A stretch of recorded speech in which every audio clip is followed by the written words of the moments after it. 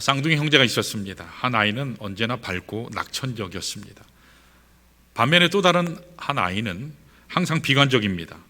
낙천적인 아이는 모든 일을 기쁘게 여겨요. 언제나 희망에 가득 차 살아갑니다. 그러나 비관적인 아이는 언제나 우울해요. 매사에 불평이고 원망이 가득했습니다. 그래서 한 번은 두 아이에게 부모님이 선물을 준비했습니다. 비관적인 아이를 위로한다는 생각으로 그 아이에게 엄청나게 귀한 선물, 생일 선물을 준비해 주었습니다. 그러나 낙천적인 아이에게는 말똥 한 상자를 준비해 주었습니다. 자, 각자 선물을 받아들고 방에 가서 풀어보는데, 비관적인 아이는 멋진 선물을 받아들고도 이렇게 말합니다. 이 컴퓨터는 색깔이 별로야. 이 스마트폰은 최신이 아니야. 이 게임기는 내가 좋아하는 게 아니야. 이 자동차는 너무 작아. 내 친구들 거보다 더 작아. 뭐야 이거. 계속 방에서 궁시렁거리면서 불평하는 소리가 들렸습니다. 그런데 낙천적인 아이의 방에 가보았더니 그 아이는 기쁨에 차 있습니다. 감격에 차서 즐거워합니다. 와, 우리 어머니는 참 멋진 분이시다. 말똥을 이렇게 나한테 많이 주시는 걸 보니까 아마 분명히 우리 어머니가, 아버지가 말 한 마리를 사주시려나 보다. 그러면서 혼자서 감격해하고 감사하고 기뻐했다고 합니다. 여러분, 우리 마음의 행복을 갖는 근본 이유는 주어진 환경이나 여건에 달려있는 것이 아닙니다. 우리 심령 가운데 뭘 품고 사느냐, 이것이 우리의 인생의 행복을 결정한다고 하는 것입니다. 마음속에 어두운 그림자를 가지고 사는 사람에게는 무엇을 안겨주어도 축복이 될 수 없습니다. 그러나 마음속에 빛을 안고 사는 사람에게는 설사 말똥을 안겨줄지라도, 험악한 일을 안겨주어도 기뻐하며 감사하며 사는 것을 볼 수 있습니다. 우리가 지난 한 해를 보내고 이제 새해를 맞이하는 마지막 주일 아침 예배를 이 시간에 드립니다. 2021년 한 해를 떠나보내는 여러분의 마음속에 무엇이 들어있습니까? 어떤 사람에게는 감사하는 마음도 들어있겠지만 어떤 사람들의 마음 속에는 아쉽고 후회스러운 마음도 들어있을 것입니다. 어떤 사람의 마음속에는 기쁜 추억이 오는가 하면 어떤 사람의 마음속에는 아픈 생각들, 사건들, 사람이 떠오를 수도 있을 것입니다. 우리 마음속에 어떤 생각이 자리하느냐, 이것이 우리로 하여금 감사하게도 하기도 하고 불평하게도 할 수 있습니다. 그러나 우리에게 지난 한 해 무슨 사건이 주어졌든, 어떤 사건이 우리 삶 가운데 찾아왔던 우리 인생의 태양 대신 예수 그리스도, 그 예수님이 우리 마음속에 계시기 때문에 우리는 기뻐하며 찬송하며 살아야 할 줄로 믿습니다. 여러분, 한 해가 저문다고 해서 모든 게 끝난 것이 아닙니다. 지난 한 해를 살아오면서 수많은 고통이 있고 상처가 있었다고 해서 2022년도에도 그렇게 살아야 할 이유는 없습니다. 왜냐하면 하나님이 우리 마음속에 이미 영광의 빛을 주셨기 때문입니다. 하나님의 영광된 본체이신 예수님을 안겨주셨기 때문에 나의 삶의 현장이 어떠할지라도, 여건이 어떠할지라도 그것에 상관하지 아니하고 우리는 언제나 하나님을 찬양하며 기뻐하며 하나님이 우리에게 주신 맡기신 온전한 사명을 향해 달려가야 할 책임이 우리에게 있는 줄로 믿습니다.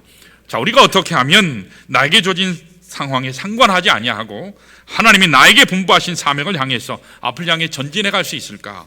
오늘 본문을 통해서 좀 은혜를 나누길 원합니다. 오늘 함께 읽은 본문은 사도 바울의 위대한 고백을 통해서 우리가 바로 이러한 사실을 다시 확인할 수 있습니다.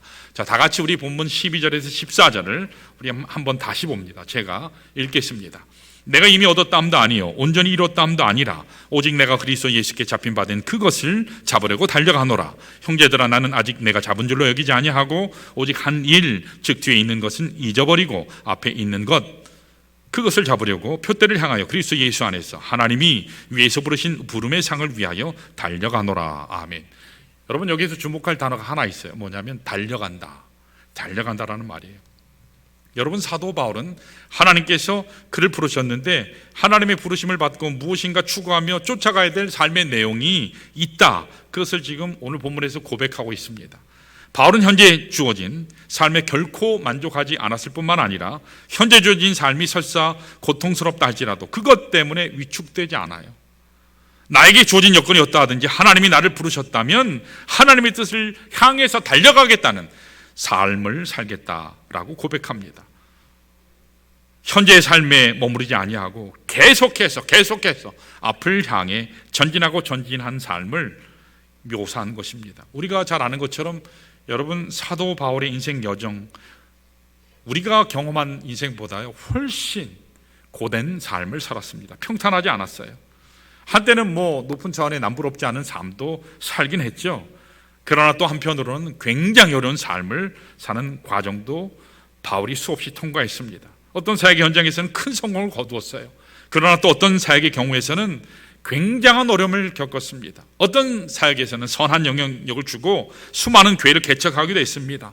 그러나 어떤 사역에서는 아테네 사역에서의 경우는 비참할 정도로 실패를 경험하기도 했습니다. 사도 바울은 어떤 교회에서는 찬양을 받고 존경받기도 했지만 고린도 교회의 경우에서는 배척당하고 수모당하고 결국 쫓겨나기까지 했습니다. 또 어떤 사건 앞에서는 기적과 능력을 집행해서 수많은 사람들을 하나님 앞에 인도하는 놀라운 사역을 하기도 했어요. 그러나 어떤 경우에서는 인생의 큰 풍랑, 물리적인 풍랑을 만나서 지치기도 하고 감옥에 갇혀서 무기력하게 고통의 나날을 보낼 수밖에 없는 그런 상황도 있었습니다. 이렇게 바울의 인생은 좋은 날도 있으면 나쁜 날도 있고 밝은 날이 있으면 또 흐린 날도 있습니다. 성공의 꼭대기에 있던 날이 있는가 하면 그의 삶 가운데 실패로 가장 밑바닥에 처하는 그런 삶의 때도 있었습니다. 그러나 사도 바울은 자신에게 주어진 사건이나 상황이나 조건이나 사람이나 그의 삶 속에 찾아온 그 어떤 것이 있을지라도 주어진 현실에 결코 멈추지 아니했다는 것입니다.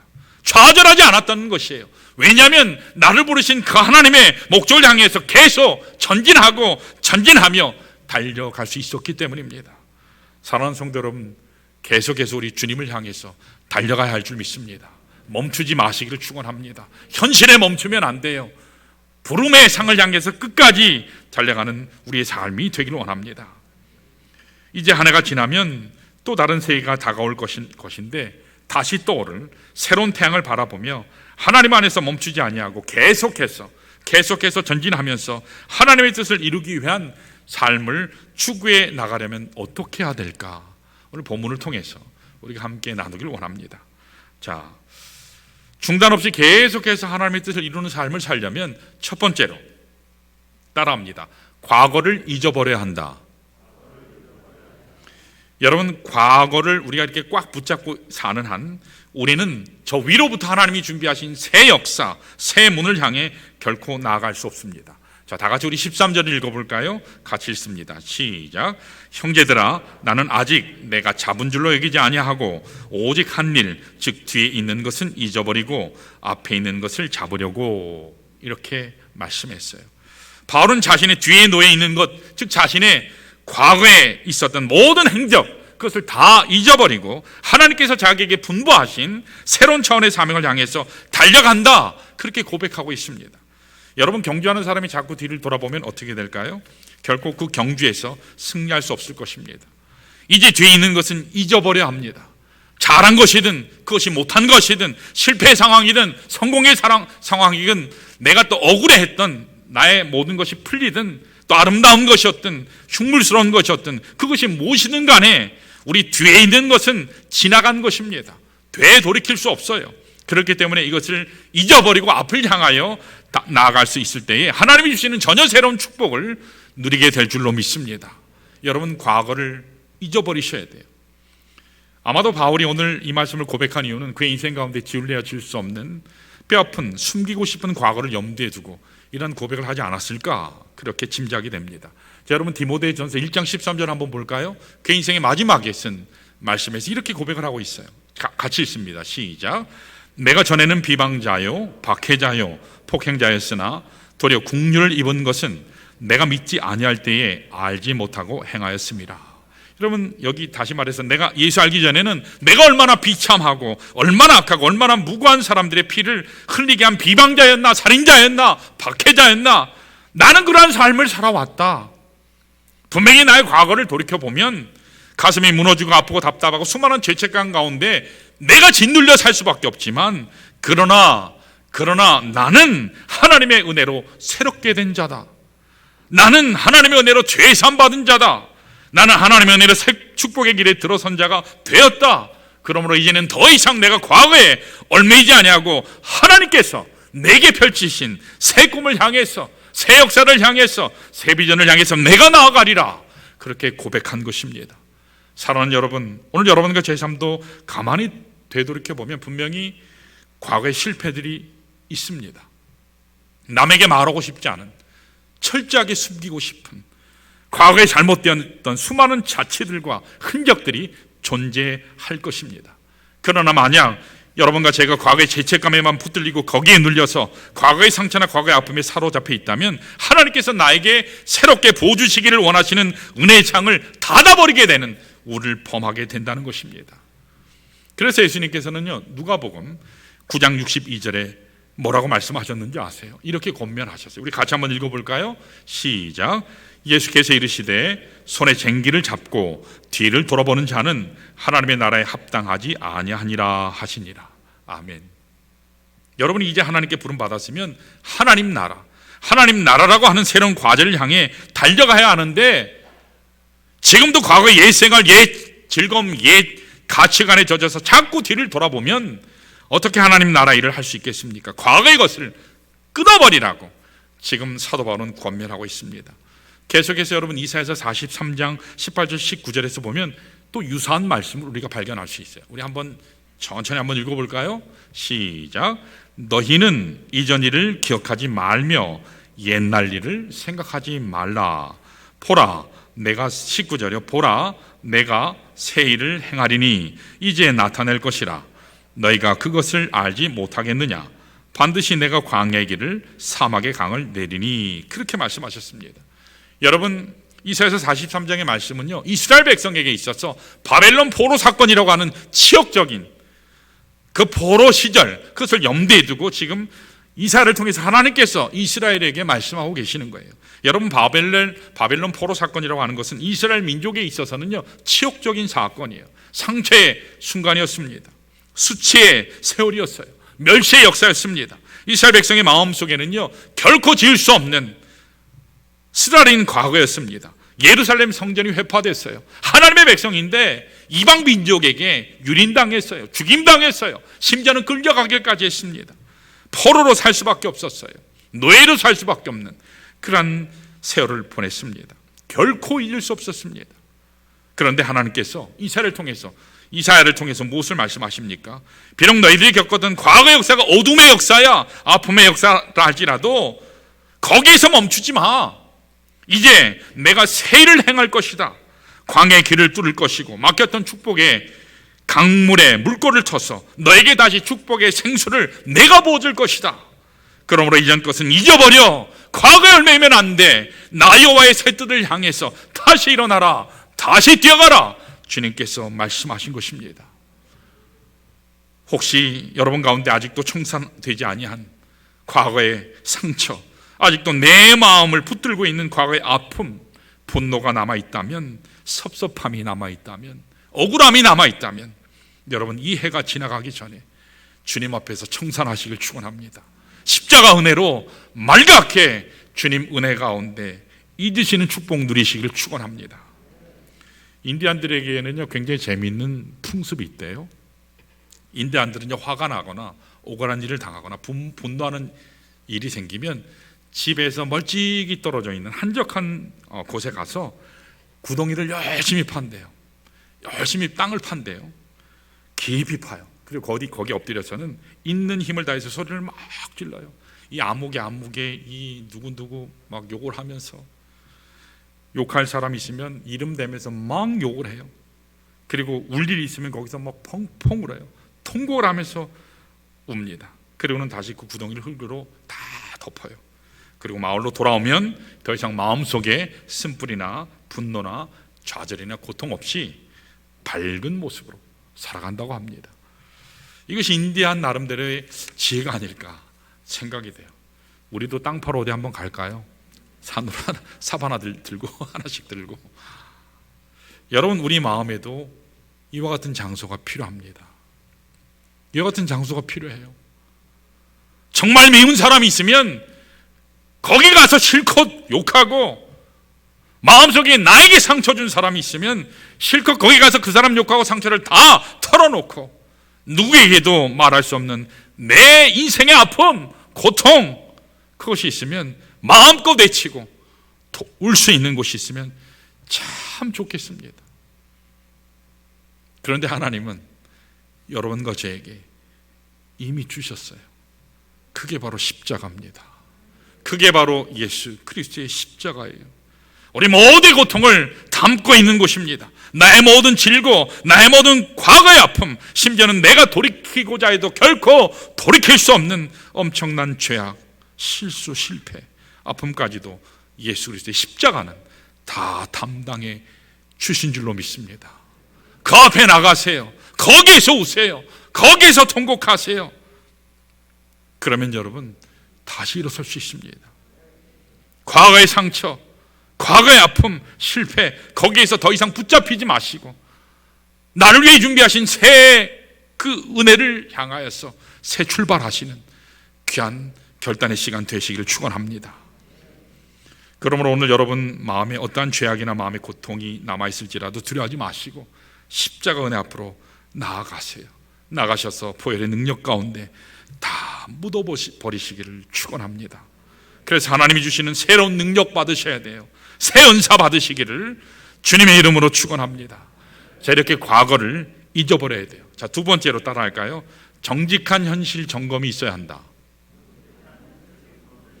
여러분 과거만 청산했다고 되나요? 아니요. 그게 끝난 게 아니에요. 현재 나의 삶이 어디까지 왔는가? 지금 나는 어디에 있는가? 점검할 수 있어야 돼요. 자, 다 같이 12절을 같이 한번 읽어볼까요? 12절 같이 읽습니다. 시작. 내가 이미 얻었다 함도 아니요 온전히 이뤘다 함도 아니라 오직 내가 그리스도 예수께 잡힌 바 된 그것을 잡으려고 달려가노라. 저는 이 말씀을 볼 때마다 야, 사도 바울이 정말 대단하다. 그 겸손함, 그 인격이 얼마나 아름다운가. 고개가 숙여져요. 여러분 아시는 바대로 사도 바울만큼 하나님의 일 열심히 끝내주게 위대하게 한 사람은 신약에 관해서는 저는 없다고 생각이 돼요. 여러분 하나님 말씀을 기록한 대표적인 사람을 두 사람을 꼽으라면 구약은 모세예요. 모세오경을 기록했잖아요. 그리고 신약은 사도 바울이에요.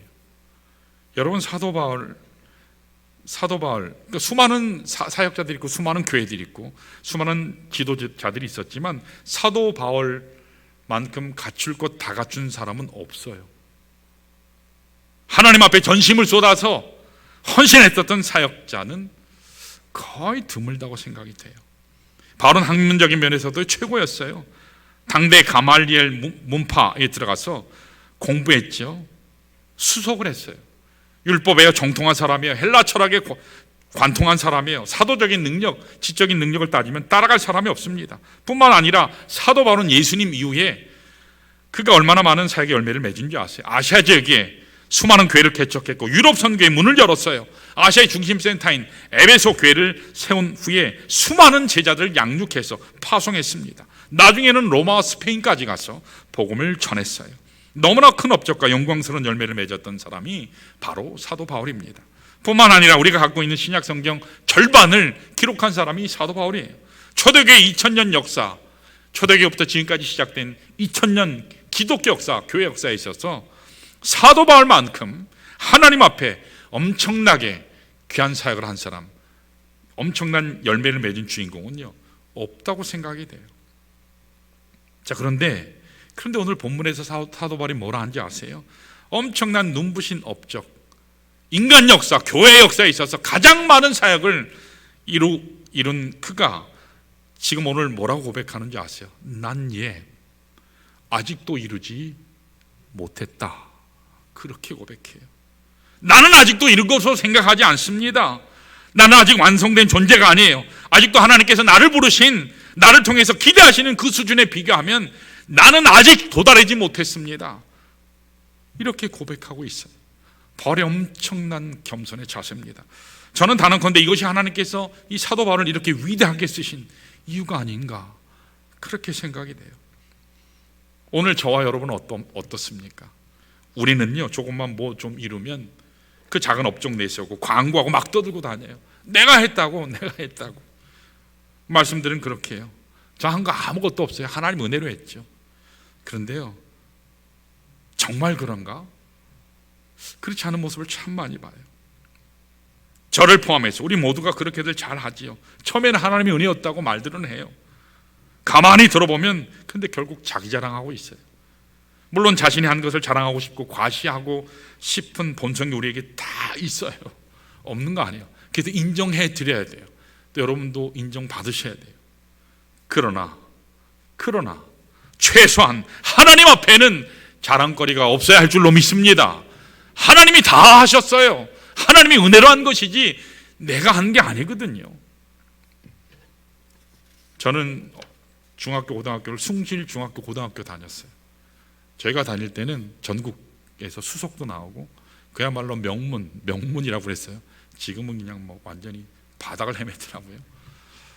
한경직 목사님, 영락교회 지금 돌아가셨죠. 한국교회의 뭐 성자라고 얘기할 만큼 위대한 목사님, 숭실 학교를 나오셨어요. 그래서 1년에 숭실 학교에 항상 오셔서 설교를 전하셨어요. 10월 10일 날 영락교회에서도 많이 말씀을 듣게 됐고, 근데 그 한경직 목사님 일화가 하나 있어요. 이 한경직 목사님 은퇴를 하시고 얼마 되지 않았을 때 목회자들이 이 세미나를 하잖아요. 목사님의 그 목회 지도적 어떤 그런 연륜 설교를 배우기 위해서 많은 목회자들이 모였습니다. 그때 어떻게 알았는지 기자 한 사람이 찾아왔어요. 찾아와서는 목사님께 인터뷰를 좀 부탁을 했어요. 그러면서 기자가 이렇게 질문을 했습니다.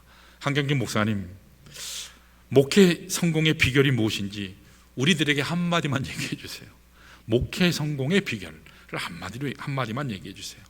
그때 한경직 목사님이요, 대답을 못 하시고 머뭇 굉장히 힘들어 하셨어요.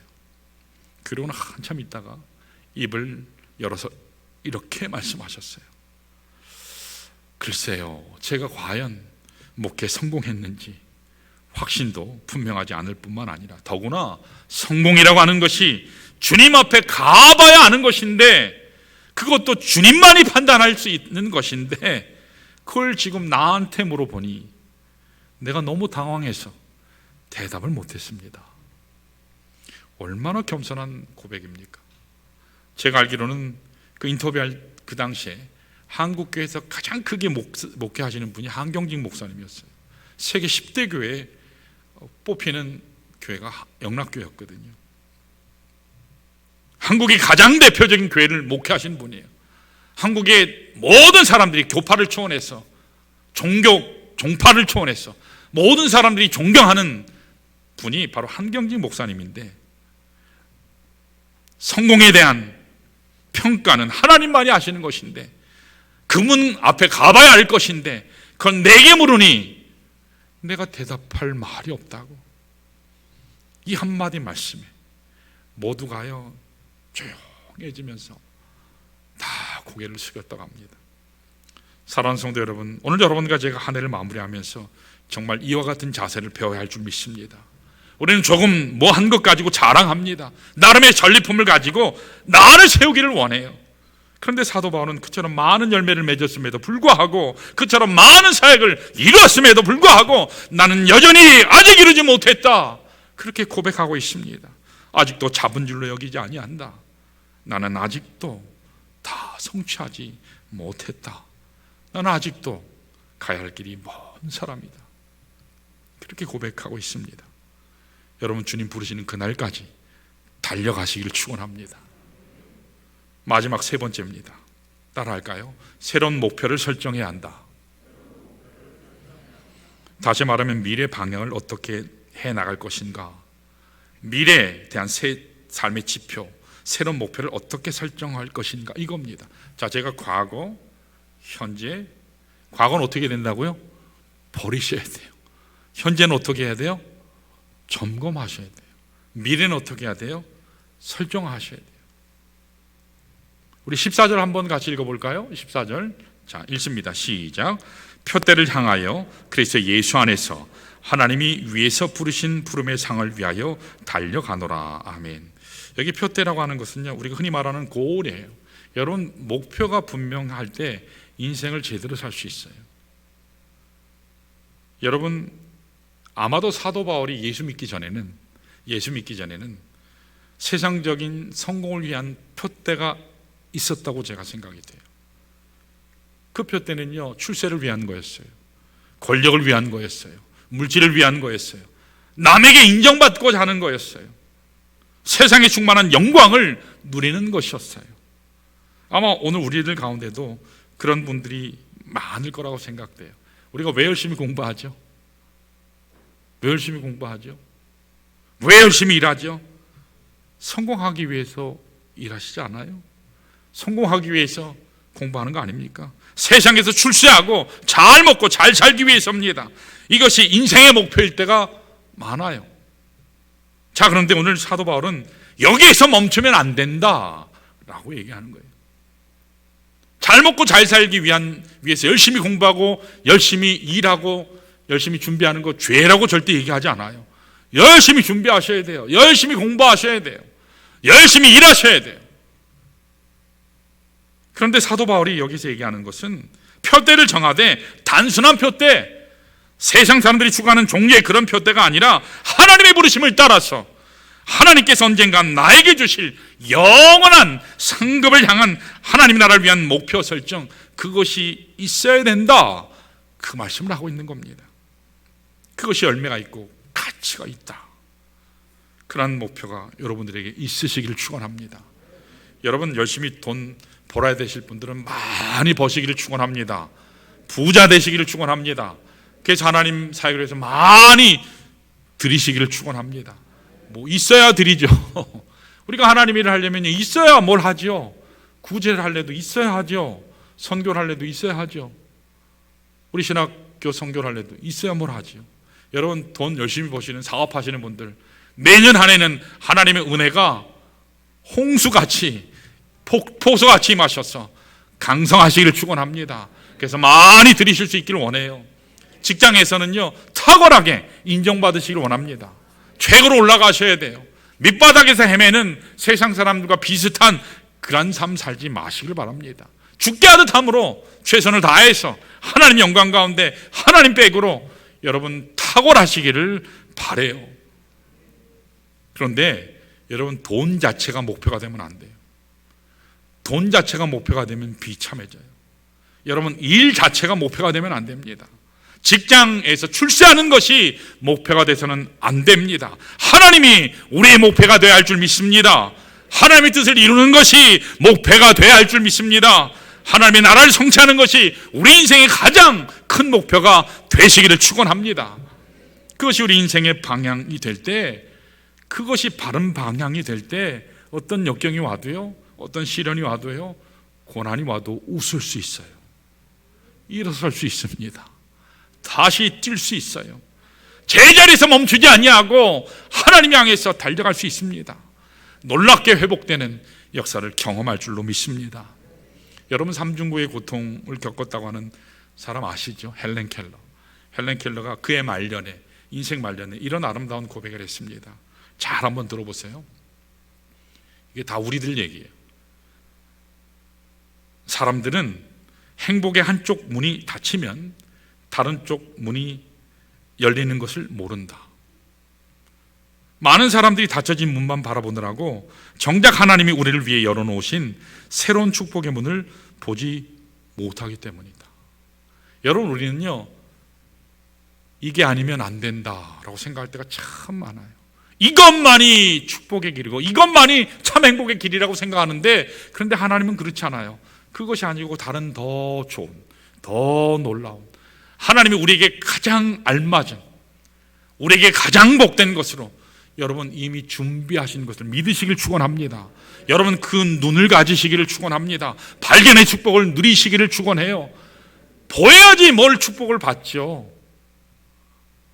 현실에 있는 것만 바라보면 망할 것밖에 없어요. 좌절밖에 없어요.